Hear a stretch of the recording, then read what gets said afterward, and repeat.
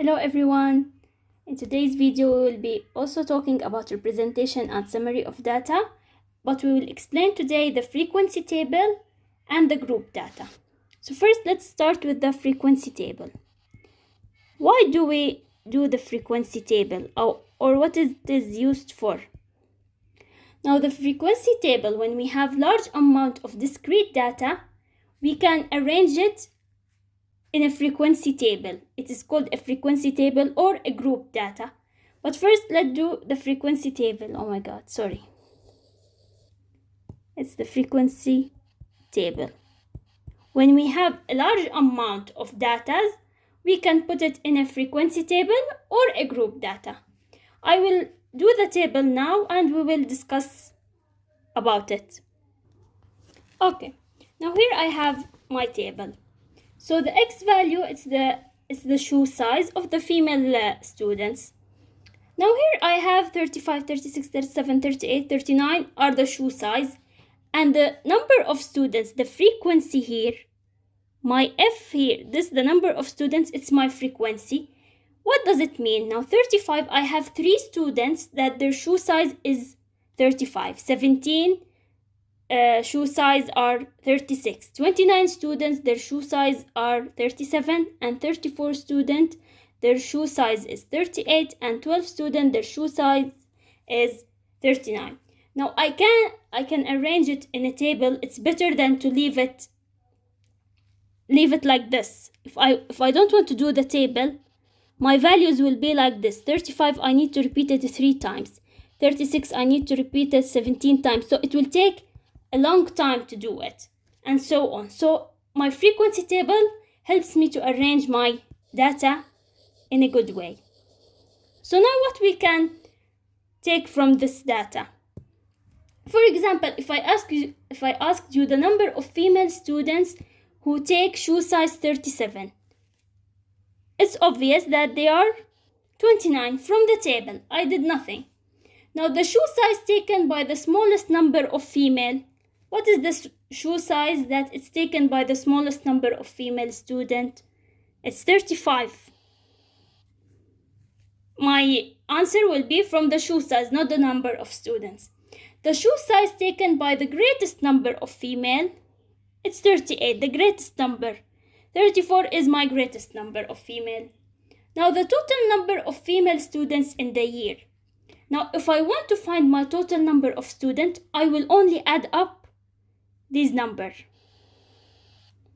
If I want to find my total, 3 plus 17 plus 29 plus 34 plus 12, I will get 95. Now, sometimes it's helpful to add a cumulative frequency table. It shows the running total of the frequencies. What does the running total of frequency means? I will add the table now.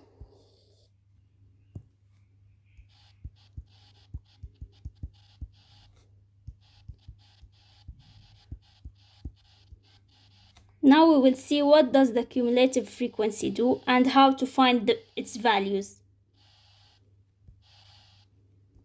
Now to find the value of a cumulative frequency, the first one, it will be the same, 3. The second one, it's 3 plus 17. I'll get 20. We add and then we find the answer. 3 plus 17, it's 20. Now the next, 20 plus 29, it's 49. We continue.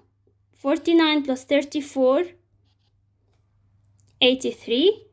And then 83 plus 12, my last digit must be 95, the same as my total.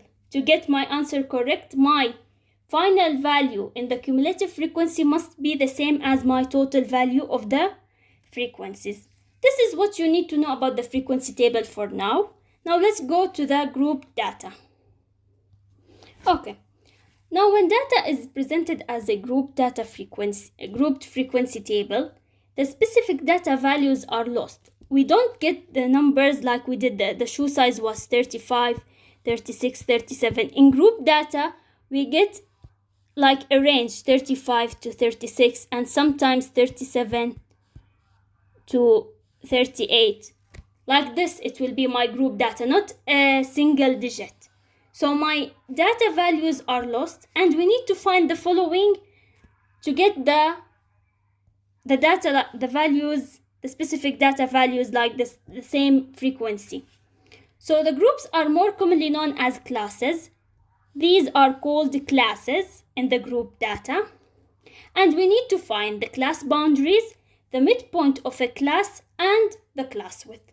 So now I will put an example, and together we will find the class boundaries, the midpoint of a class, and the class width. Okay, so this is my group data. We have the length, x millimeter, of the forewing of a random sample of male adult butterfly is measured and shown in the table. Write down the class boundaries, midpoint, and class width for the class 34, 36. So I need to focus on this. I need to find the class boundaries, the midpoint, and the class width. So first, to find the class boundaries,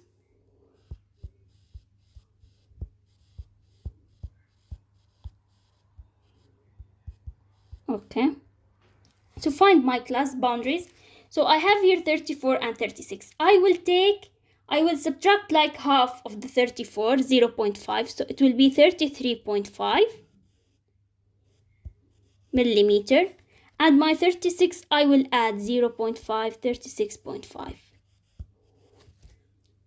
So my first digit I will subtract, and my last digit I will add 0.5. So it will be 33.5 and 36.5. Okay, so this is my class boundaries. I only need to subtract 0.5 and add 0.5. Next is my midpoint. Midpoint, I will add the class boundaries together and divide by 2. It will be 33.5 plus 36.5 divided by 2.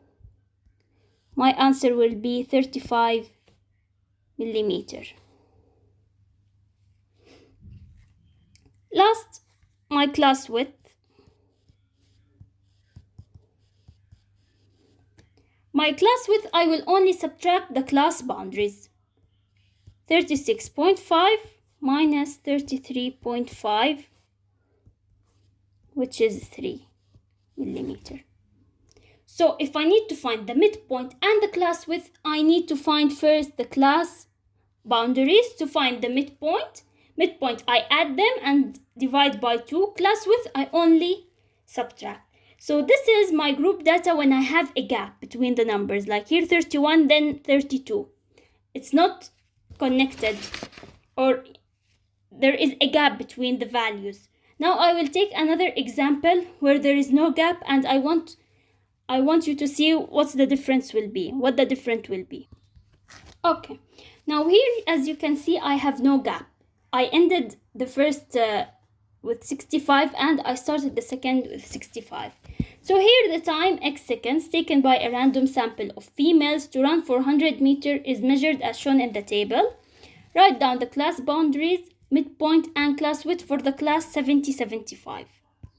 So I am focusing on this class. I want to write my class boundaries, midpoint, and class width. Here, my class boundaries, I don't need to add 0.5 or subtract. It's the same value. So here my class boundaries is 70 and 75 because there is no gap. If there is gap, you need to add and subtract 0.5. Now my midpoint is the same. The midpoint is the same. You have your class boundaries, you add them, and then divide by 2. You will get 72.5 seconds. Last, my class width. You only need to subtract 75 minus 70 and we will get 5 seconds. So this is the difference where I have a gap and when I don't have a gap. this is the end of today's video. I don't want the video to be too long. In my next video, I will try to do some more example about my last two videos. And then we will go to the mean, median, mode, and the other things related to the grouping data and to the frequency table and whatsoever. So if you like the video, please subscribe for my channel, share, and like the video. And thanks for watching.